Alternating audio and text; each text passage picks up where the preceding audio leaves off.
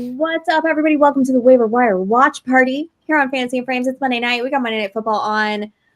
We got the Jags. We got the Chiefs getting ready to go on this day after Travis Kelce's birthday. Happy birthday, Travis Kelce. Have you guys heard? I heard on New Heights that he says that he doesn't have good games on his birthday. Do you think that's accurate? Do we feel like we should take the unders on Travis Kelce tonight?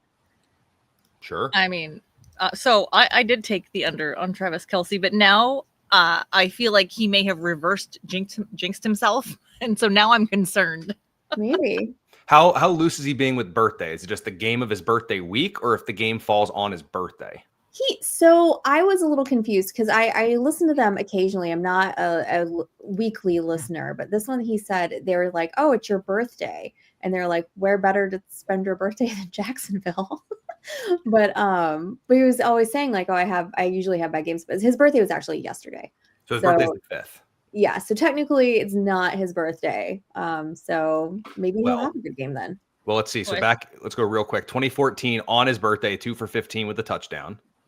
He's only played 2 games ever on his birthday, on his actual birthday, 2 for 15 with a touchdown in 2014 and 3 for 70 with no touchdowns in 2020. So did you Google under in receptions?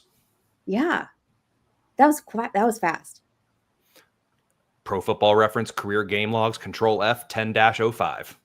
Oh my God. It's all about the keyboard shortcuts. I hope my wife isn't listening. She does not use keyboard shortcuts, and it's maddening. For anything? I just watch her right click and click copy. Yuck. No control C. No control. Not that I've seen. And we work in the same office. Not that I've seen. Like, see, I can at least she watches basic shortcuts. Like whatever you just said before. Like I don't have any of that. I love keyboard shortcuts. Oh my goodness. You're gonna have to teach me your ways. About to kick off their little Monday night action. They got the anthem going on right now. Guys, we had some interesting things going on this week. This week was pretty wild. Also, just let everybody know, if you guys want to get some more in-depth information with waivers, we've got Aiden, we've got Gary's articles are up on fantasyandframes.com. Make sure to go check those out, especially if you were into IDP. Gary Davenport has got your IDP waivers covered over there. And Aiden, I hope that Aiden's, I'm going to say his name right, Weingartner has done a really great article that is up there as well. What I wanted to bring up first off, Colby, one of your Texans really rose in estimation this week, and it was Jalen Noel when he hit the Ray Lewis after he got the touchdown in Baltimore. Like that was like ice cold, and I loved it so much. I was so here for it. It was a bold move for someone who hadn't really done much other than some notable punt returns so far this season. The thing that I think stuck out to me most about that play, I actually did even I saw the celebration, but in the moment, all I saw was, I believe it was Jair Alexander trying to rip the ball out of his hands and not letting the kid have his first touchdown ball. I mean, that guy sucked all year long, and now he's going to try to take the ball from him. He should try to do it when the play is happening, not when the play's over. Yeah. I said they got in a little scuffle after that, but yeah, I mean, I appreciate it. I like the moxie, going into somebody else's house, hitting a Hall of Famer's touchdown dance when you score, even if you're a rookie. Good for you, Jalen Noel. Very bold move.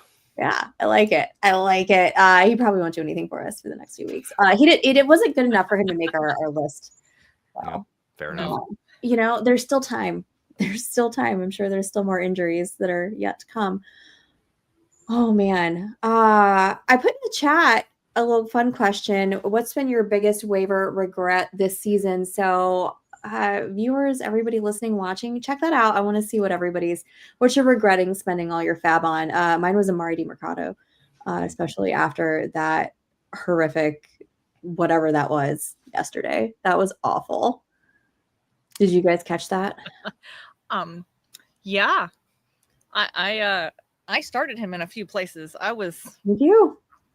I did, and I also picked the Cardinals to win that game. So, I'm that's all I'm gonna say. Well, they would have had it not been for that.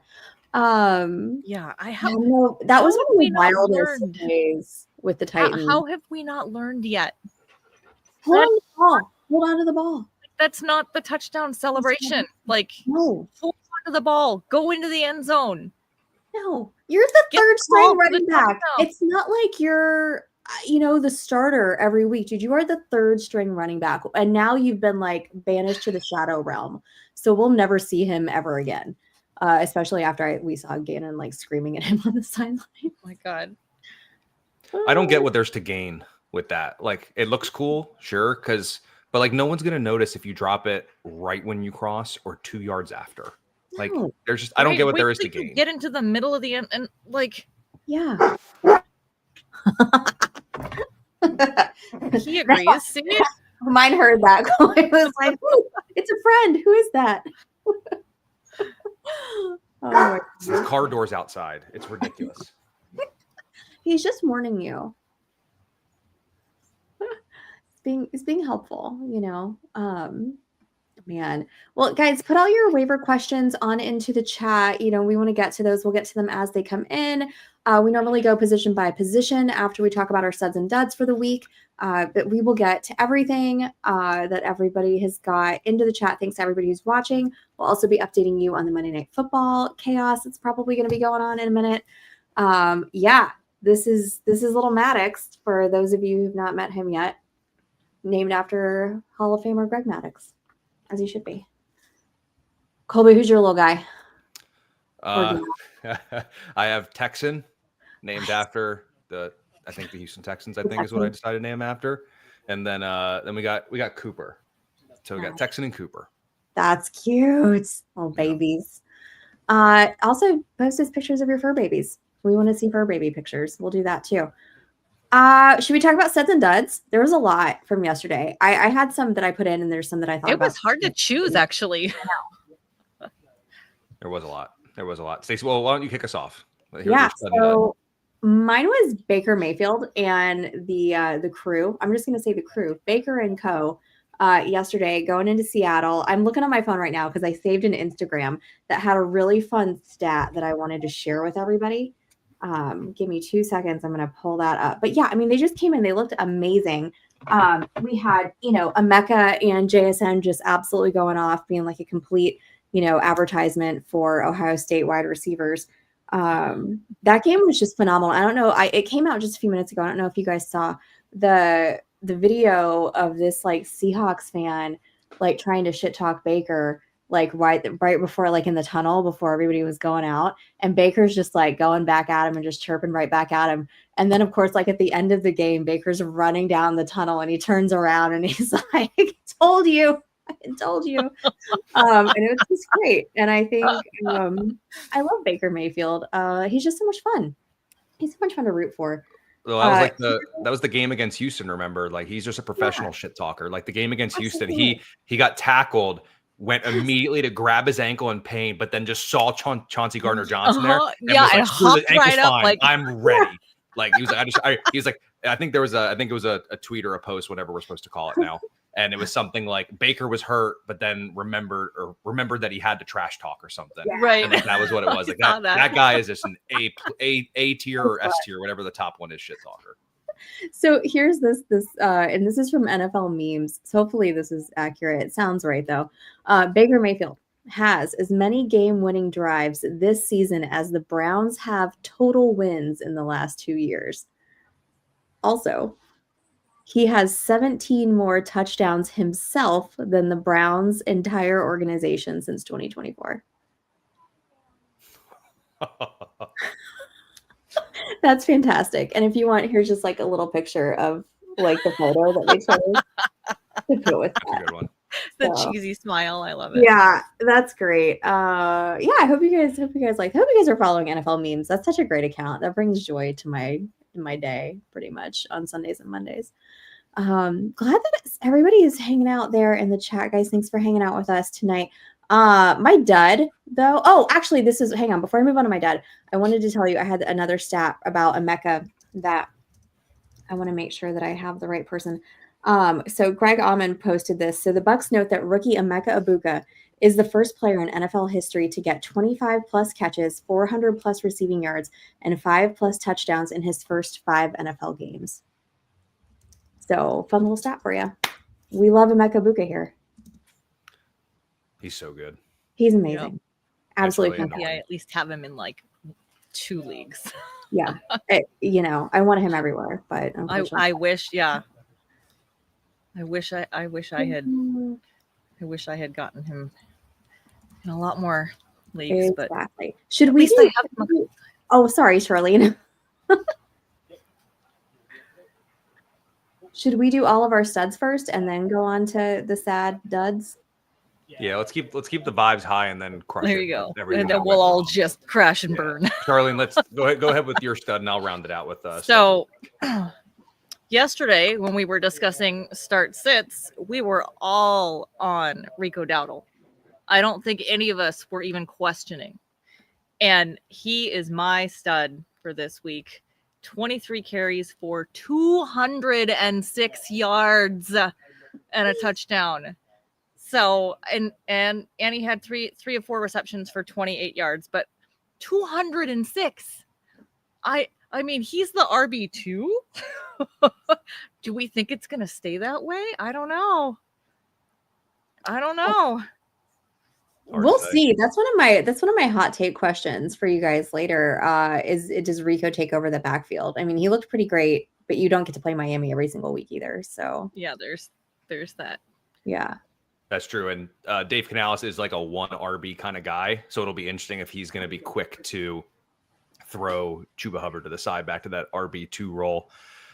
Who do I want to go with mine?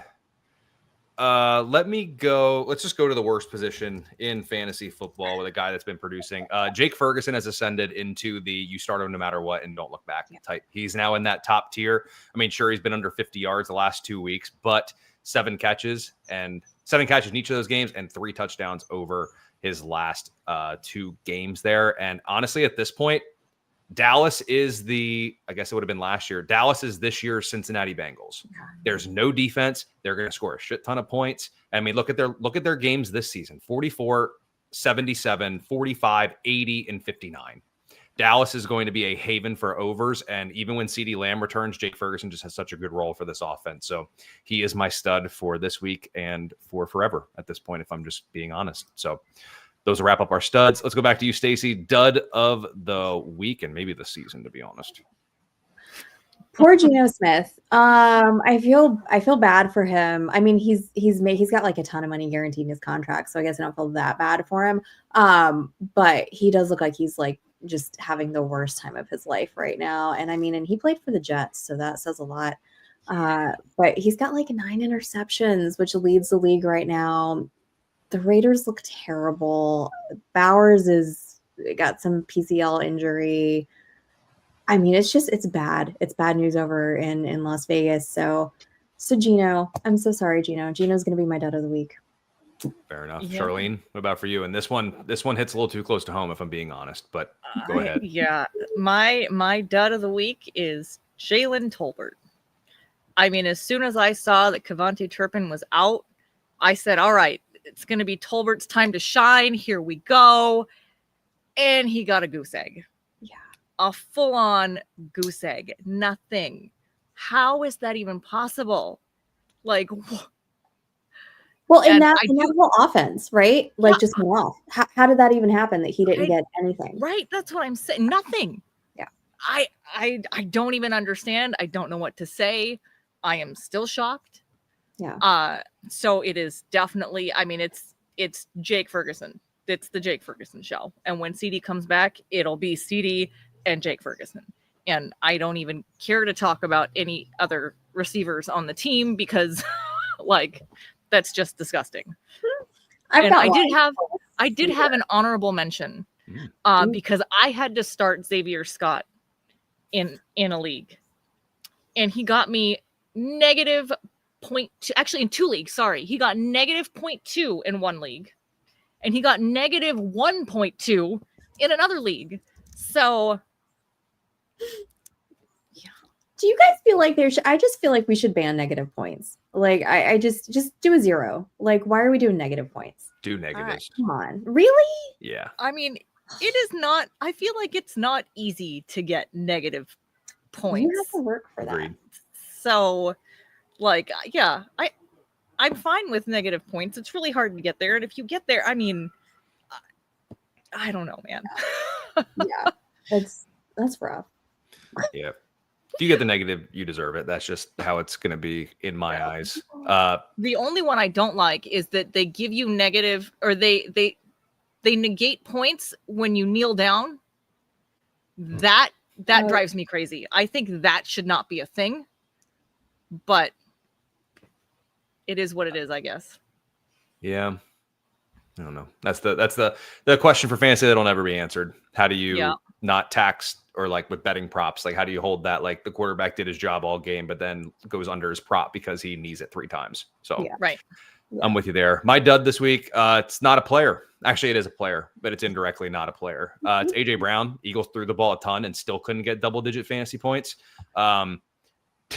Despite the Houston offense being anemic through the first 3 weeks of the season, I think that the worst offensive coordinator in football is Kevin Patullo for the Eagles. Yeah. I think this guy's offense sucks. He can't do anything to make the offense easy. It's almost like he doesn't have an idea, and that's very bad of me to say as someone who's never called plays.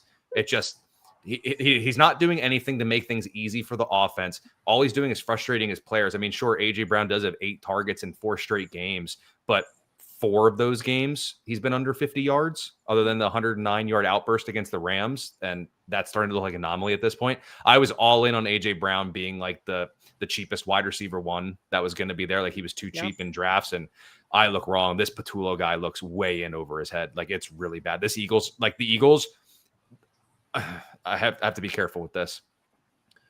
Them winning their first 4 games is almost bad because they're masking the real problems that are going on. Denver kind of exposed it a little bit. Like, you'd almost want the Eagles to, the Eagles fans don't want them to lose those games. I get that. But like, as someone, you're like, hey, we need to be dominating teams like we were doing last year. It almost seems like they are ignoring, because they're winning games, they're ignoring what, if they start losing games, they're not going to ignore anymore. And it's going to be like, hey, you weren't concerned with that when you were 4-0, but now that you lost your last 3, now this Patullo guy's a problem.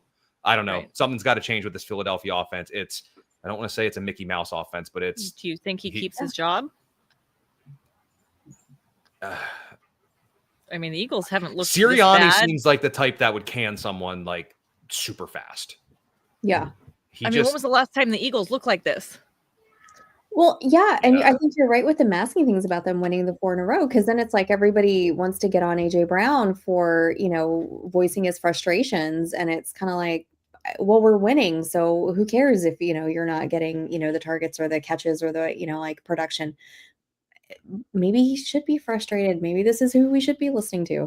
It would just come down to like who can call plays. Like, I'm looking at their coaching staff right now, and there's one guy who's a second year as the passing game coordinator, Parks Frazier. I think he called plays for some team. That name rings a bell. Sounds like a law firm. And I don't think it was like great. That name rings too much of a bell. It's a law firm somewhere in Texas, I guess. It could be that too. But injured in a car accident, call Parks Frazier. Wow, that does sound like, yeah, you're right. That does sound like a law firm. Oh my gosh, I cannot. Now my Parks Frazier is a football coach for the Colts, Panthers, and Dolphins. Okay. Maybe not. I could be wrong.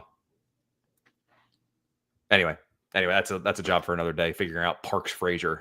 Don't pick him up in your leagues. He's not available, and he's not worth anything anyway. So don't worry about Parks Frazier. But those are the studs and duds. Looking ahead here, some other talking points that we have here. Week 6 is a very light bye week, fortunately, after we had 4 notable teams. We just have the Minnesota Vikings and Houston Texans. They are our only week 6 buys, I do believe, here in week 6. So make sure you have your lineup set accordingly. That means no Nico Collins. That means no Nick Chubb. That means no Justin Jefferson. That means no Jalen Noel. It's just, you don't have any of the Texans rookies that only play a third of the time, but we'll talk about that later. No Woody Marks. No Woody Marks. I know. You don't have him. I started Woody Marks. I was so pumped to start Woody Marks. What, did Nick Chubb just get did he take that personally? Did he go all like Michael Jordan from the, whatever his documentary is called? I think, I almost want to talk about this a little bit later, but let's wait till I get to the hot takes. I'll bring it up there. But a couple of injuries to note, and I'm curious what y'all think about this, Stacey. I'm kind of kick it to you here first. Mm-hmm. is the only way for Brock Bowers going to be healthy to maybe sit another week or something? Or is this going to be like if they continue to try to rush him or just get him back out there, it could almost do more harm than good? I mean, what do you make of this injury? How concerned are you with Bowers' knee? Yeah. So, I mean, I kind of wish that they would have taken, like the coaching staff would have, been the adults in the room and said, hey, like, this is a serious injury. You're our best player. We need you out there. So let's do what we need to do to get you rested, get it fixed, whatever is going to take. So I don't know too much about PCL injuries, but I think it's just rest, right? That's like the only thing that's really going to fix this until I guess the off season when he's not on it all the time. So, if you got to rest him. And I hate to say this because I have Bowers and I have Bowers in a lot of leagues that are like very high stakes leagues, but like if he needs to go on IR, put him on IR. Like I just saw something a few minutes ago before we got started that was like, he's week to week. I mean, look, they're not worried about fantasy managers at all, but like this is going to drive us nuts every single week. Is he playing? Is he not? And he hasn't even really been up to Brock Bowers, standard anyway. So it's going to lead to lots of discussion and whether or not we're, looking at other options for tight end. I mean, we have some for you. So there's good news there, but I think it's just going to become a headache for fantasy managers. Let me ask you both this then. Raiders have their bye in week 8. So there's week 6 and there's week 7. Do we see Brock Bowers before the team's bye week? Yes or no? Stacy, you're first. No. Charlene? I hope not. Okay. Yeah. Like, I mean, okay. I do also have him in a lot of leagues, Sure. but like for the sake of the entire season, Yeah. I mean, it's either we're going to see a shell of himself and him missing games here and there, or he misses a couple games, has the bye week, and hopefully is healthy enough that he can play the way that we all drafted him to play, that we all know he can play. So hopefully they're smart about it. We'll see. Yeah. I mean, they're not winning. So, It. rest him. But the other thing, Mike, I think if I saw correctly, Michael Mayer had the concussion. So it's not like he's playing. I think Ian Thomas was like Ian Thomas. the tight end. So like at this point, it doesn't even matter. Gino's throwing to the other team. Doesn't even matter. So Ian Thomas. So, do you think they have a quarterback change then? I heard a rumor that somebody was talking to Russell Wilson about putting the band back together. That'd be so Pete Carroll. That would be so. Which is Pete why Carroll. it's almost believable, right? Don't even trade the pick. Like Kenny Pickett? Put Kenny Pickett, lose your games, and have your pick and get your quarterback next year. But the only thing is, like Pete's so old. Does he even want to do a rebuild? Right. Like I don't know. I don't know. I just feel like Pete's like I don't have many years left of coaching, so like let me just try to put something out there, and I'll just hang out around 7 wins every single season instead of taking a down year to try to find a stud at quarterback. But I mean, clearly he's the only one that knows what to do with Russell Wilson. So, I mean, you're not wrong. You are not wrong. I mean, I don't understand why Jameis is still on the Giants. Like, why is Jameis still on the there Giants? should be a bidding war for that man. He's great on the field. He's great for fantasy, and he's a PR dream. Exactly. All the content you could do with this guy. Yeah. Cincinnati, Vegas. Could you imagine Jameis in Vegas? Oh my gosh. Jameis in Vegas. Right. That's like the new YouTube channel that's gonna pop off and get thousands of subscribers. See, I feel like now they almost have to. They've got the tagline and everything already. Vegas. I would watch that. Like if they just had camera crews following him around 24/7. Oh, I would watch it regardless of wherever he went. Do you remember the old show? I don't know if I shouldn't say old show, but I think it was Billy on the Street. Yes. I think Billy on the Street. Jameis in Vegas, him just walking the strip in Vegas with the little microphone just talking to people. Oh my gosh. Billy on the Street's one of my favorite things. And every once in a while, my TikTok algorithm will get into like a little like rhythm of just like posting, like sending me like random ones of that. And it just brightens my day. Like I love that show. That's so great. Yeah. Well, come on, NFL. Do us a solid. Get Jameis out of New York. Well, if hopefully that happens, but there's already been some questions here in the chat. So, Stacey, if you want to throw one of those up there in regards to the Chargers running back situation, Omarion Hampton, supposedly high ankle sprain. He's on IR, expecting to miss 4 weeks. Is it Hassan Haskins or is it Kamani Vidal? So I know we'll get to the running backs and talk about it a little bit later, but I don't want to make people hang around for too long. So we can kind of rapid fire this. It's Vidal for me. What about for you, Stacy? Yeah, I mean, I think this is probably going to be a little bit. I don't want to say timeshare, but I think they're probably going to have their own, their own roles essentially. And didn't Haskins? Isn't he a Michigan guy? I know he's a Tennessee cast-off. I think. Hang on. Am I? Let me look that up. While Sharlene, you talk about that. I'm going to look that up because I could have sworn I thought Haskins had some sort of Michigan ties. Let me look that up real quick. I agree with you. I think it's we're gonna have a muddy running back room. I mean, it's definitely gonna be a committee. I don't think either one of those guys is taking off as the RB1 there. But I think that Kamani has the better shot of getting the heavier workload. Mm-hmm. This week feels like a wait and see. But if you have to pull the trigger on one guy, I'm leaning Vidal as well. Yeah, I think that's the way to go back, because if you look at Haskins, I mean, even in his career, 64 carries for 195 yards, or 3 yards per attempt for his career. And if the Chargers are going to continue to be pass happy, he has 15 career catches in 37 games. I know that was in Tennessee that they didn't throw the ball much in his first 2 years in the league, but I think Vidal is the one that I think is more enticing for fantasy purposes. With that being said, this is not a Woody Marks Fab situation or Trey Benson situation. Like, this is like hey, maybe 10% if you really need running back help and you want to take a speculative shot. There's also a very real possibility, and I don't want to guarantee it, but I'm going to guarantee it, by week 10, whichever one of these two that you pick up isn't on your team anymore. You're going to drop them. So just keep that in mind. But I think Vidal is the more intriguing one. So Mr. Screws in the chat is right. I also confirmed on the internet, Haskins did go to Michigan. So some ties there with Harbaugh. Do you guys know who the Chargers play in week 6? I don't. The Dolphins. Oh, they're at Miami. Yeah. Didn't the Dolphins just have something pretty impressive happen to them on the ground? It sure did. I think, Rico just went off for 206 yards. So how many? 206? 106 more than 100. Yeah. It's pretty good. So it feels like whoever is going to be back there is going to be in line for a pretty good day. Haskins is just a guy. Like, that's what I think. And I don't know if Vidal's any good either. Like, I'm just throwing that out there. But I just think that's one thing there that I think we'll need to watch for. So my vote would be Vidal for everybody asking there in the chat. Looks like another week of no Bucky Irving, which means it's going to be the Rachaad White and Sean Tucker show, but mainly the first one. White did have the multiple touchdowns, but White was kind of ineffective on the ground. Like, the yards per carry wasn't very impressive. So what do we make here with Mr. Rachaad White and company and Bucky Irving's injury? Because you also have White coming up with Tampa Bay, with San Francisco, who's been relatively tough on the ground, the Lions after that, and then you'd assume that Bucky's back by then. But I doubt Rachaad White's available in most leagues. But with what do you kind of make of this backfield? Can Sean Tucker get a larger role? What do you think, Sharlene? I think, given who they're playing against, I think given the game script, I think he will get some more opportunities. And that's literally game script dependent.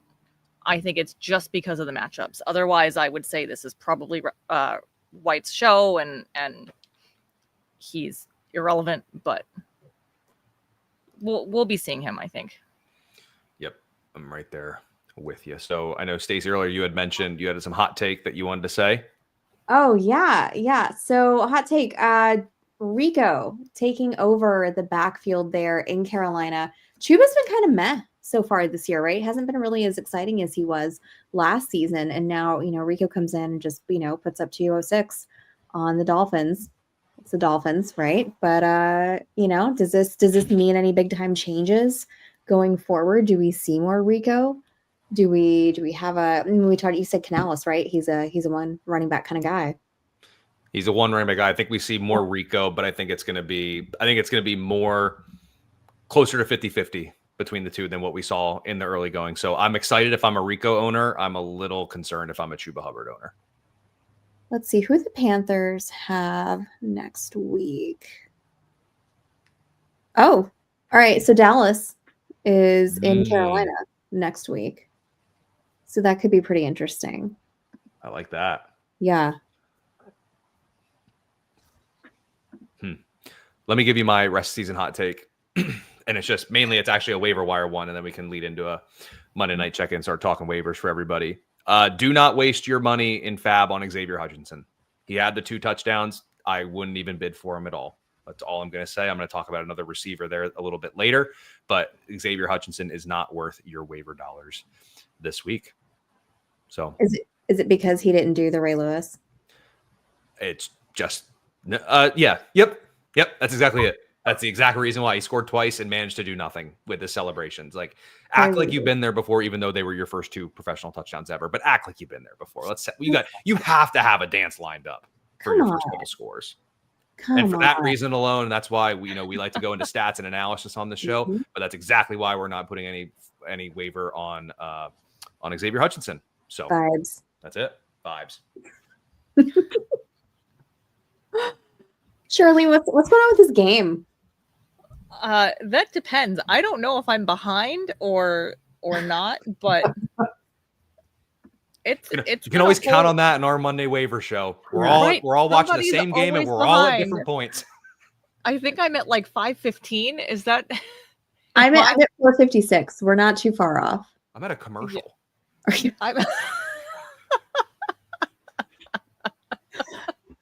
So you could be ahead or behind. I'm at an animated SpongeBob commercial. Me too. Yeah, I'm on the SpongeBob commercial. Okay. Yeah, they're bouncing right now so far. Oh, SpongeBob Lollipop. That's no free ads, but that's cool.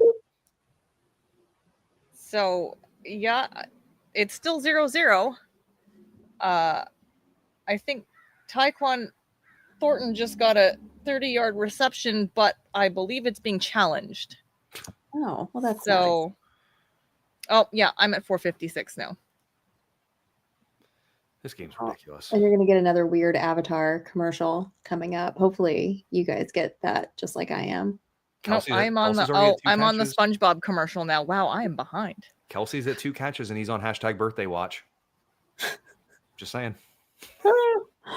Birthday watch. TK's had a big week. He's got a song after him on the new Taylor album. I'm telling you, he reverse jinxed himself. I have listened to some of the songs. I know it's gonna be very shocking. Have you listened to that one? Really do. Yeah, I listened to that one. It's the one everyone talks about. I mean, good for Taylor. Yeah. It's something. It's something. It's something. And I mean, good for them. They're living their best lives right now. They're both just. Did you catch the CJ Stroud reference in her songs? No. Oh, yeah, must not have been one. It wasn't the eating out of the trash lyric. No. Okay. Can we move on? I'm just kidding. I love CJ Stroud. I love CJ Stroud so much. Just kidding, CJ. You didn't deserve that. Not after this week. That might be the Eagles. The Eagles might be eating out of the trash right now. I called that CJ Stroud having a good game against the Ravens. You absolutely did. I mean, the waivers this week are kind of like eating out of the trash, essentially. Yes. With this many, injuries. Yeah. Not. It's bad. Guys, it's 34 minutes, and I guess we should talk about positions, right? Yes. Sure. To be fair, on the show sheet, we have this starting at 35 minutes. To be fair. That's true. You know what? We are right on time. That's never happened. I don't think, us being right on time. Let's talk some quarterbacks. I mean, obviously, if you have the likes of Justin Fields, Dak Prescott, other players, you're probably in a pretty good spot, but not everybody is as fortunate as maybe you listening out there, you lucky person to have a good quarterback on your team. So let's talk about some players that are available here to you. So Stacy, let's kick it over to you for one of your top quarterback ads of this week. All right. So first one that I've got for us, our little rookie Dylan Gabriel making his first ever start in London against the Minnesota Vikings. Look, he's rostered in 12% of leagues. you know, you may not be desperate enough to have to start Dylan Gabriel, but maybe you are. Maybe you've had a lot of injuries. Maybe you've got Gino or something there, and you're like, God, I can't start Gino anymore. Maybe you're in a super flex and you need to throw somebody in. Jackson Dart didn't look particularly great this week. You know, so you might shake it up a little bit. So let me suggest to you Dylan Gabriel. He got 20 fantasy points. He met the eye test. He looked good, did not look flustered at all out there. No interceptions. I honestly thought the Browns were going to win this game, you know, and I think Gabriel gave them a chance to win, which is really kind of what you want from your quarterback. And he was not the reason they lost that game. They let Jordan Addison, who apparently like just decided to go off and explore London, which is why he wasn't in the lineup in the first part. Side note, I did see a comment online when somebody posted that like that was the reason why he was out. And somebody commented that they weren't sure if her name was really London, but he definitely had some exploration. I was like, oh Lord. We won't comment on that. Who knows? Kelsey just got into the end zone, by the way. Happy birthday. Should have been a penalty. Yeah. 2-yard receiving touchdown. Obvious pick play. Missed it by the ref. Our boy, Mr. Swift. Back to Dylan Gabriel, real quick. They do have Pittsburgh next week, right? Steelers are allowing 23.7 fantasy points to quarterbacks on average every week. So I don't think it's a bad, option for you out there. Like I said, if you're doing a super flex, something like that, like I doubt that you're probably in a position where you have to start him. But if you are, he's out there. There's another deep league dart throw that I've got for you guys. That's really, really gross. So in comparison, Dylan Gabriel looks pretty good. Yep. I don't mind Gabriel. I think I would start him over Gino. Yeah. Oh yeah. Everybody. Yeah. Yep. Oh, definitely. Over Brown. Yeah. Definitely Comfortably. Yep. Oh yeah. Yeah. There's definitely some guys out there. So if you've got Gino, Dylan Gabriel. Here's an option. Cleveland Browns, everybody. Over on ESPN, when I was looking for my quarterback, I'll take the low-hanging fruit. I don't know how Sam Darnold's only owned in 14% of ESPN leagues. Obviously, if you're in a deeper league, he's probably not available, and I'm aware of that as I'm saying this. But multiple touchdown passes for the third time in 4 games. And if you look at his schedule, his next 4 games, Jacksonville, Houston, which is a tough one, Washington, Arizona. He's going to be playing at some high-scoring games. He's got plenty of weapons there for him. So if he's somehow available in your league, again, only 14% of ESPN's is asinine for Sam Darnold. I don't have another word to describe it other than that. So take a look and see if he is available. I really like what he's doing. And my goodness, is that a good schedule coming up for him? Look at this picture also. Like, I mean, like, that's fantastic. Yeah, he should have a song about him on that Showgirl album or whatever it's called. I don't know where Jim found that picture, but it's a pretty solid one. I want to get a headshot like that. Like, right? Maybe Jim can take him on us just too. like the Sam Darnold rebirth. Yeah. Seriously. This is who he is now. It's the glow up. It is, right? It is. That's exactly what it is. Yeah, he's got his little ginger beard going, like it's all trimmed up. It does. I love Angie's message over here in the comment section. Kelsey looks like he's just about to finally retire Ben Roethlisberger on the field. The flexibility and agility of Frankenstein. He's got to unhitch the trailer. He's so slow. He looks so slow. Yeah. And it needs a penalty to score a touchdown. Like I'm watching it again. It's a clear pick play, but I guess I'm just jaded. I'll get to see that in just a minute here once the NBA. There it is. Now I get to see it. Oh yeah, no, I'm still behind. I'm on the Josh Allen pistachios commercial. Oh, no free ads. Yep. All right. We got a dart throw, right? Cooper Rush. This is not really, I don't really have a ton of analysis here. I just threw him on here because I assumed one that he was available, and I looked, and guess what? He is in fact available in numerous leagues. If we have Lamar out again, I mean, I think you'd have to be so desperate, break glass in case of emergency situation, but I'm sure there probably is somebody out there, right? And maybe you're in like a super flex where there's no other QBs out there. Maybe you're in like a Scott Fishbowl situation where there's literally no other QBs available. Right. So, check and see if Cooper Rush is there. Like I said, direst of circumstances. The Ravens are just terrible. I mean, their offense is not good. So this is not going to be great for you, but it's probably better than taking a big fat 0. Well, here's the question. do we think Purdy plays this week? I don't know, man. Your boy Mac Jones is looking pretty fantastic. Well, so. and that's what I'm saying is I think Mac Jones is still available in a lot of leagues. Is he? So is probably. Mac still out there? If Mac is out there, then he, I was going off the idea that Mac was definitely not out there. He has superstar Jake Congus at his disposal, at least for another week. That's right. At least for another week, yep. I'm gonna pull the sleeper numbers on Mac real quick and see if I can get us. He is rostered in 2.2% of leagues. Where Mac Jones is only in 2% of leagues. That is what I am seeing. Holy cow! I have 6% rostered on sleeper. It's like 30% too low for a guy who, and I bet you it's one of those things. As we're recording this on Monday, it's at that point. But if we look again Saturday when Purdy's rolled out, it's going to be up at like 30-45%. That's what it'll end up being. He's going to be a big Saturday boost kind of guy when the injury reports start coming through. I mean, yeah, if Purdy's not playing this week, and I think this is actually a big question, is if Mac Jones is looking this good and Purdy's injured, and yeah, even if he could play this week, wouldn't it, you just paid him a ton of money, like, wouldn't it be smart? It's kind of the same thing. Wouldn't it be smarter to sit him and let him fully recover if you don't have to worry about it? Yeah. Yeah. I mean, that would be the sensible thing to do. Right. Yes. But will they do it? The other thing too, I think that actually goes to what you're saying, and it's actually another vote of confidence for that. If you think about the Ravens right now, they're 1-4. The Niners are in a good spot record-wise.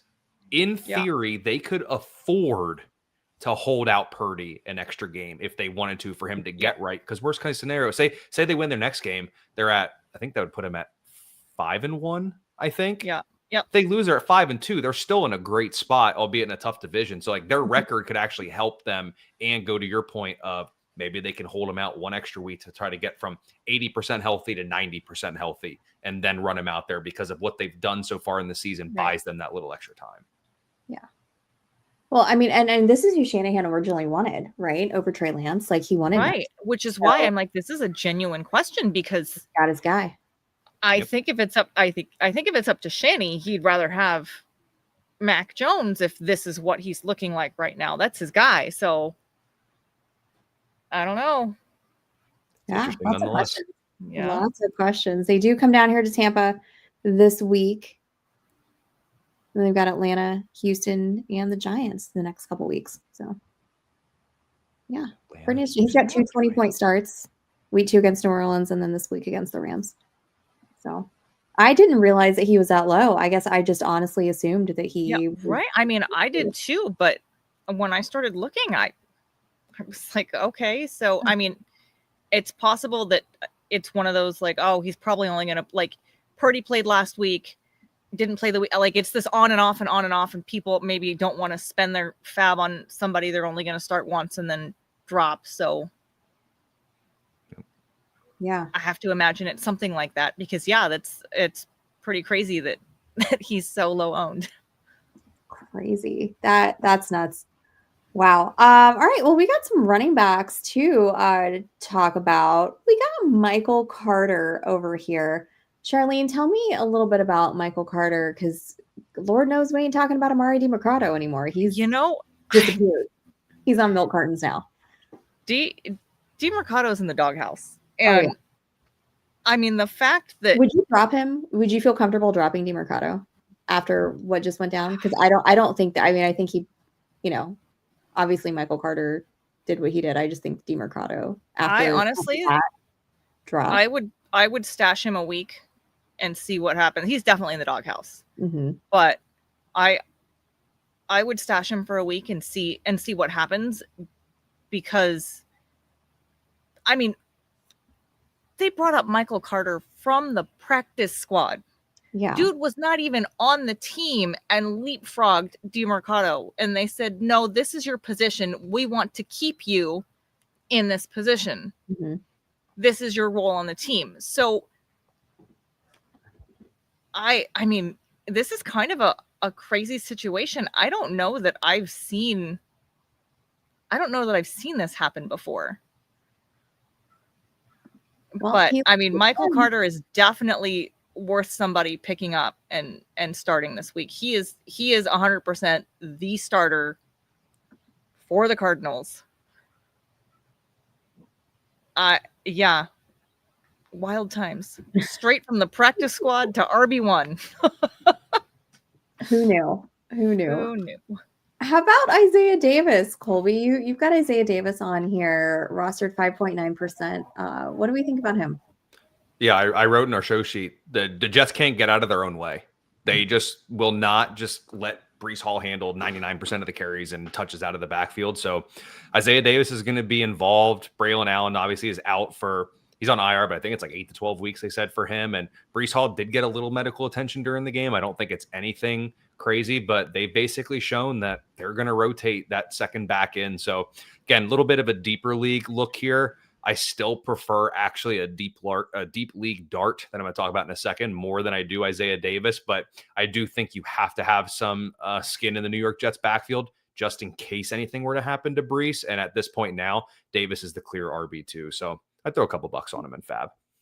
So speaking of those deep league dark throws, here we go. We got 2. Kamani Vidal, Bam Knight. Yeah, I didn't want to bury the lead earlier. This is the guy that I wanted between these two. And again, I think he could be off your roster by week 11, but he's the better pass catcher between him and Haskins. Haskins hasn't done it all in his career. The Chargers have been pretty pass happy. So if they're going to stay like that, I think it's to Vidal. And I believe last year, the training camp reports for Vidal were really good. Drafted him a lot in best ball for him to give me diddly squat last year. I think this year could be a little bit better. So Kamani Vidal is the guy I would bid on more so than Hassan Haskins in that backfield. And honestly, I might be happier to get Vidal than I would Isaiah Davis, even though I put Vidal down in the deep league dart. I think in most shallower leagues, you may not have to go to a type of Vidal, but like 10, 12 teams or more, it might be worth Vidal to have a little skin in the Chargers backfield.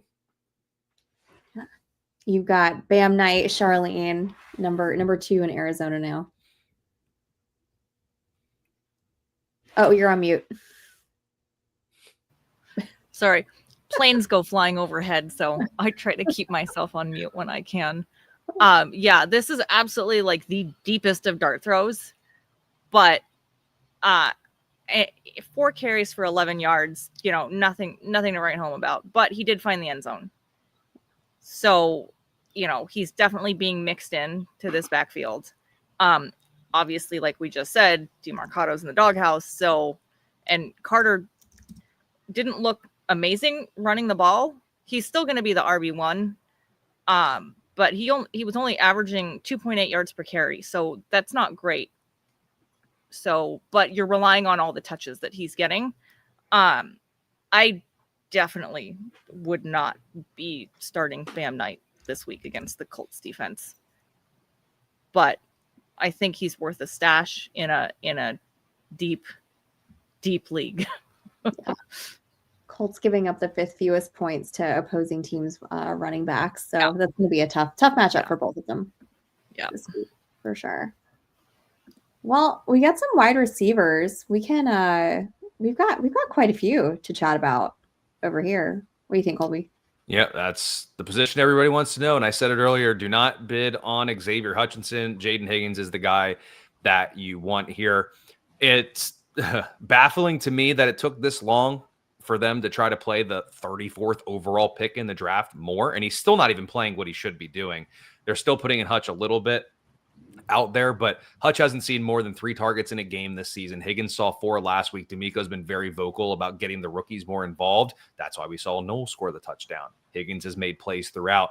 And when you look like over at Fantasy Points Data Suite, like looking at it here, sure, Hutch has the touchdowns, but Jaden Higgins has the better targets per route run mark. Higgins has done more with what he's been given, 1.92 yards per route run to Hutchinson's 0.96, and yards per reception. Jaden Higgins is in the same stratosphere as Nico Collins in that column, which is interesting because he's kind of Nico Collins light in a sense in terms of his size and speed. So Jaden Higgins is the one that you want. He fits the biggest need that they have is that perimeter receiver opposite Nico Collins.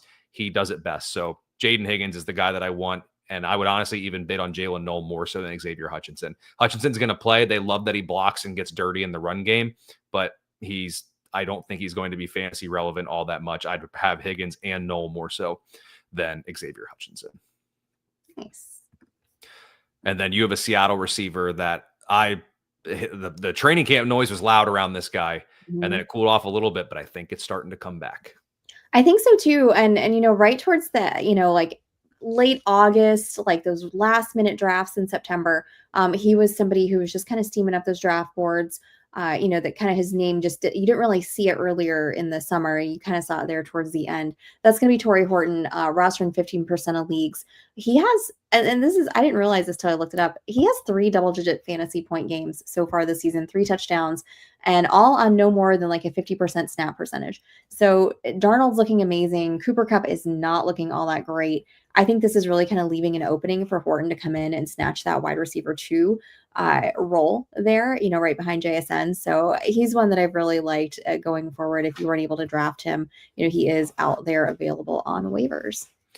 Fun fact about Torrey Horton, as I'm looking at it here, his 0.52 fantasy points per route run, tied with Garrett Wilson, ahead of Zay Flowers, Jalen Waddle, Nico Collins, Justin Jefferson. Just do it that what you will. I'm not saying it means, I'm not saying it's everything. I'm not saying it's something, but I'm also not saying it's nothing. So just keep that in the loop there. And then, of course, we do have you covered with some deep league darts. So, Sharlene, you got a particular player that went off in week 5, to say the least.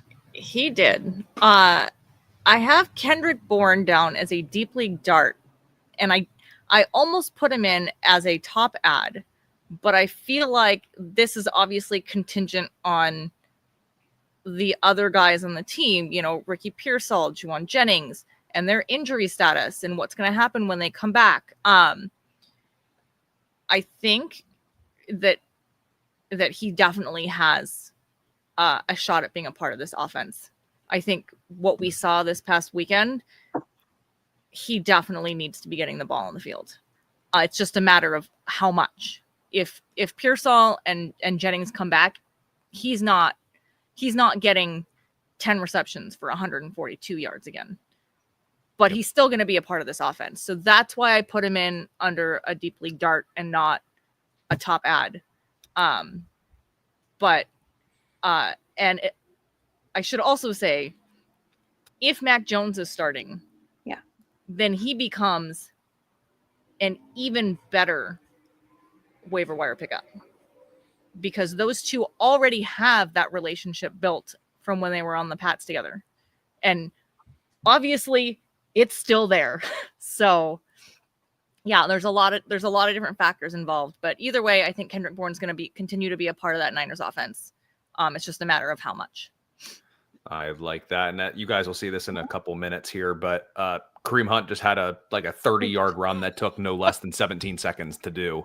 He's alive. He's slow, old, and wild. And then, with wild, you have a Stacy, a player deep dart here that you're looking at in an offense that we kind of trashed one player in it, yet celebrated like 3 others and the team as a whole. So who's this deep league dart you got your eye on? I got Ryan Flournoy, the pride of Southeast Missouri State University, located in Cape Girardeau, Missouri. Why do I know that? Because several of my family members have graduated from Southeast Missouri. What's the mascot there? Go what? They were the Indians. However, they are now, I want to say the Redbirds. Go Redbirds.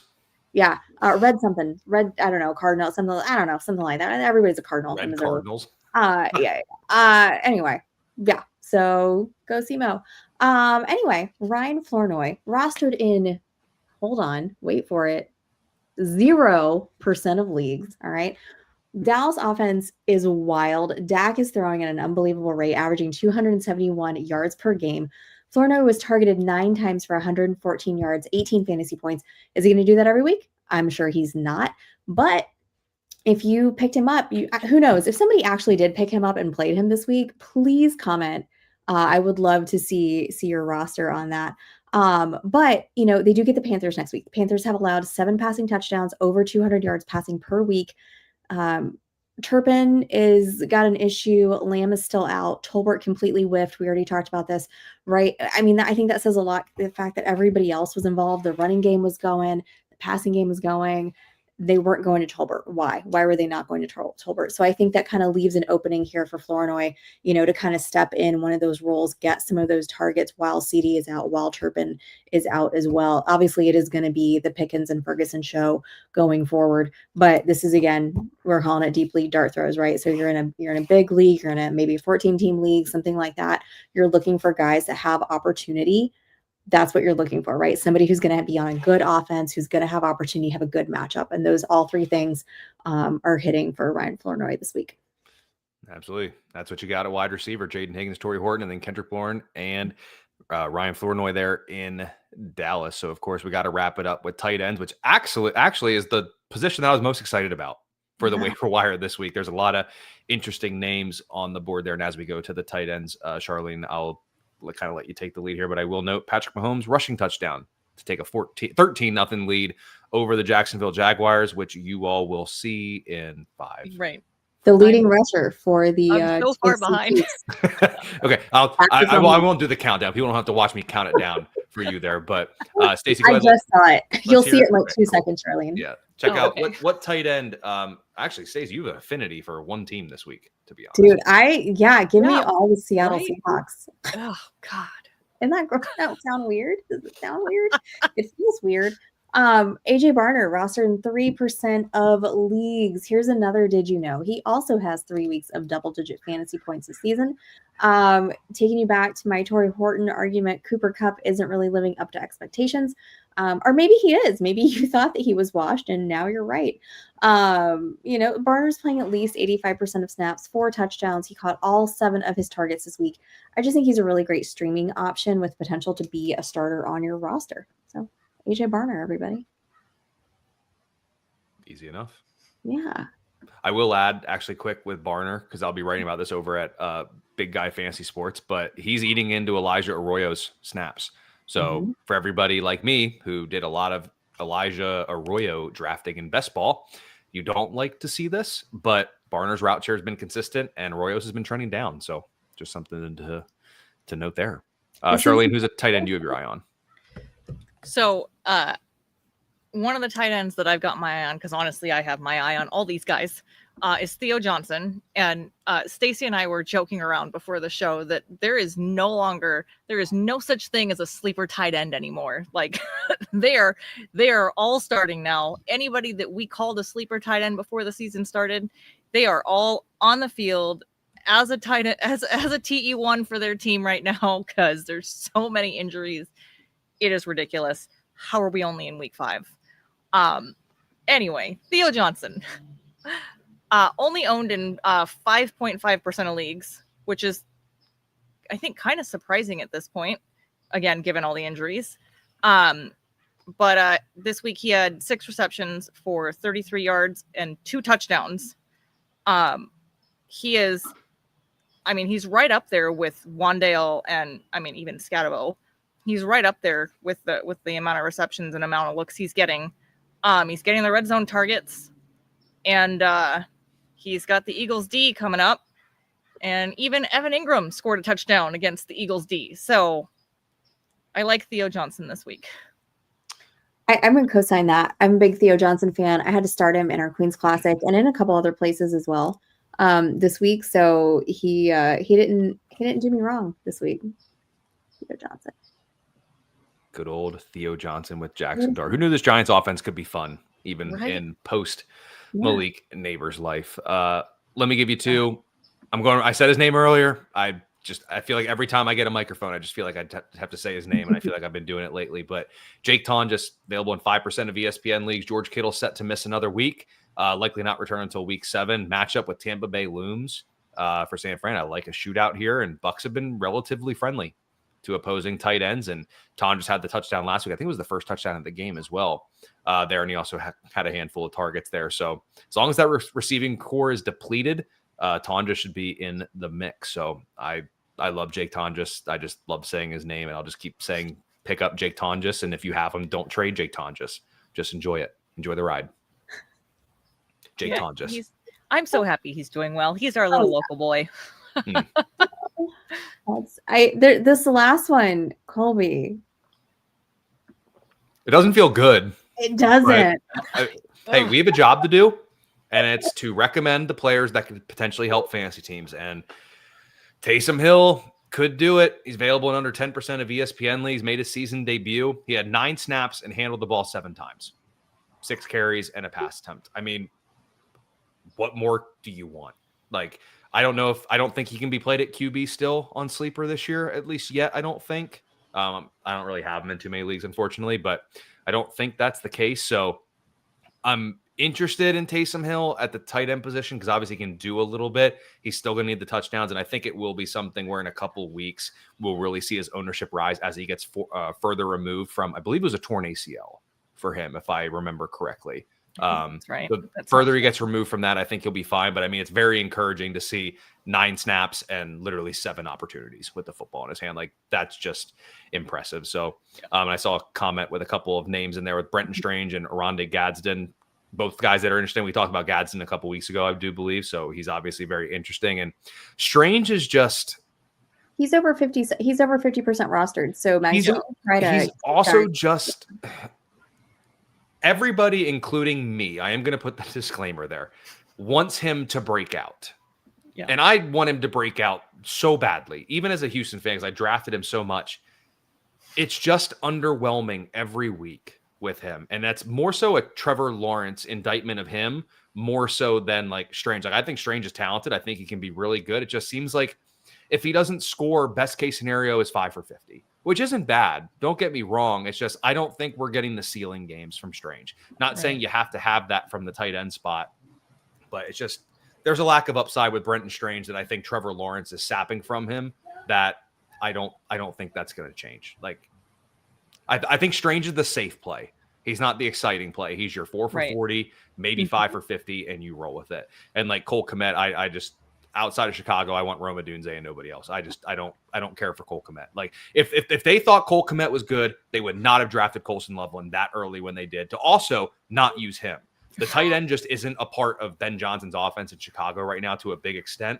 You can do so much better than those guys. So appreciate the comments, and like some of those names, it's just they're not. Just you can do better. You can do better than those guys. You guys, when I'm with you. I had to start Cole Kmet last week.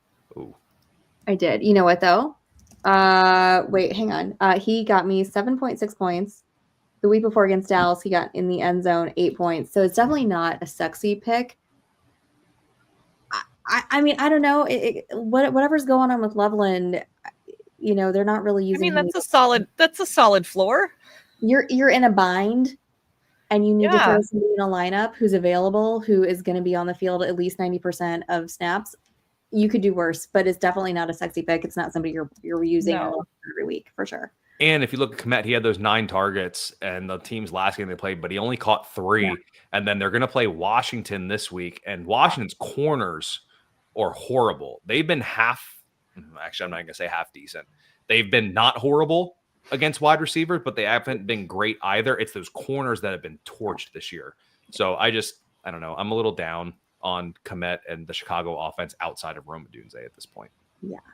No, totally agree with you on that one. Roma Dunze has just been amazing this year. He's been unbelievable. Guys, I want to talk about, let me check in real quick on our Monday night action here. We can get, Chiefs are up 14-0. We've got about 8 or so minutes. You guys might have less minutes left than I do. In the game, we got the Jags right now. Or get their let's see, we got ETN getting the ball, not going too far. Well, you know that sounds well. ETN, I guess, has been good this year. The rest of them have not been great. I can check a box score real quick. Do we know what's going on with BTJ? Anybody have an update on him? He had a catch. Oh, he caught okay. Well, there's that. So he caught the ball. Not exactly what you've been hoping for out of BTJ this year. Yep. Yeah, not great. Well, let's decide who's going to be our priority picks before we head on out and get ready for halftime here. Sharlene, who's your priority? Who's your waiver lock for this week? I'm definitely in on the tight end pool this week. So I'm going to stick with Theo Johnson. Like I said before, I mean, the Eagles defense is just, I don't even know what to say about it. It is so bad. So bad. So I think Theo Johnson's going to have another big week. Yeah. Colby, who's your guy? Jake Tonjes. Jake Tonjes. We stay on tight ends, yeah. And Jaden Higgins. Yeah, I like Higgins. I'm gonna go if Mac Jones is available in your league. I'm gonna go Mac Jones. Go get him. I also like Michael Carter this week. I mean, I hate to say another Arizona Cardinal running back. Now that we've been through Benson, DeMarcado. You're not going to say a Seattle Seahawk after this whole episode. All you've done is name Seahawks. As my priority. I do love AJ Barner, and I Torrey Horton unfortunately is not available in any of my leagues. But if he's in yours, like I wouldn't hesitate to spend some fab on him, because I feel like that's kind of rest of the season kind of thing, right? Like Mac Jones, we all talked about, we don't really know. Carter, at this point, next week he's going to be irrelevant, and it's going to be somebody off a practice squad that we've never heard of. That's kind of the way things have been going for all of our running backs, right? It's been pretty awful, man. Guys, this has been a great show. This has been so good. We've had a lot of good info today. A lot of people hanging out in the chat. Thank you guys so much for spending your Monday night watching Monday Night Football, hanging out with us here on the Waiver Wire Watch Party. We're going to be back at it next week, 8:00. We have another one of those 2 matchup Monday Night Football games. How do you guys feel about those? Do you guys like those, or I can't stand it? It's too much going on. I need one game to focus on. That's it. I don't mind it. No, I like it. I mean, it's still significantly less than Sunday, so I'm like, all right. Plus, I think the first game usually starts at like 4 p.m. my time, which is totally manageable. Pretty early for you, yeah. Week 7, when we have the 2 Monday night games, Houston plays Seattle, and that's going to be a 9 p.m. Eastern game. Ooh, that is rough. Yeah, so if they lose, I'm just going to be up till freaking midnight to watch them lose and just to be upset, which means I'm just gonna lay there, and it's gonna be like that meme. My wife's gonna be asleep or like awake, and he's probably like thinking about other girls, and it's gonna be sitting there and be like, why the f did Nick Caley run this BS call on some play in that game? Like that's what's gonna be. I'm gonna be like the combination of that meme and the Hey Arthur one when he's got the fist. I'll just be laying in bed like this, just frustrated if the game doesn't go well, and I stayed up till midnight to see it happen. I mean, at least you haven't stayed up until midnight to watch your team end in a tie. So True. there's that. Yeah, we got the Bills at the Falcons first game kicking off 7:15 Eastern time at 8:15 over on ABC. You got the Bears at the Commanders. Guys, we'll be back at 8:00 next Monday night, bringing you all the waiver wire information as well as Monday Night Football and Sunday action recaps. Don't forget to head on over to Fantasy and Frames. Check out Aiden and Gary's articles over there. You can follow all of us online. Charlene, tell the people where they can find you. You can find me on Twitter at Chalbella1981. Otherwise, everywhere else, Sweating Glitter 24/7. Colby, where can they find you? At Colby or Conway. Yes. And I am at Stacy _Perez 83, guys. Until next week, we'll see you later.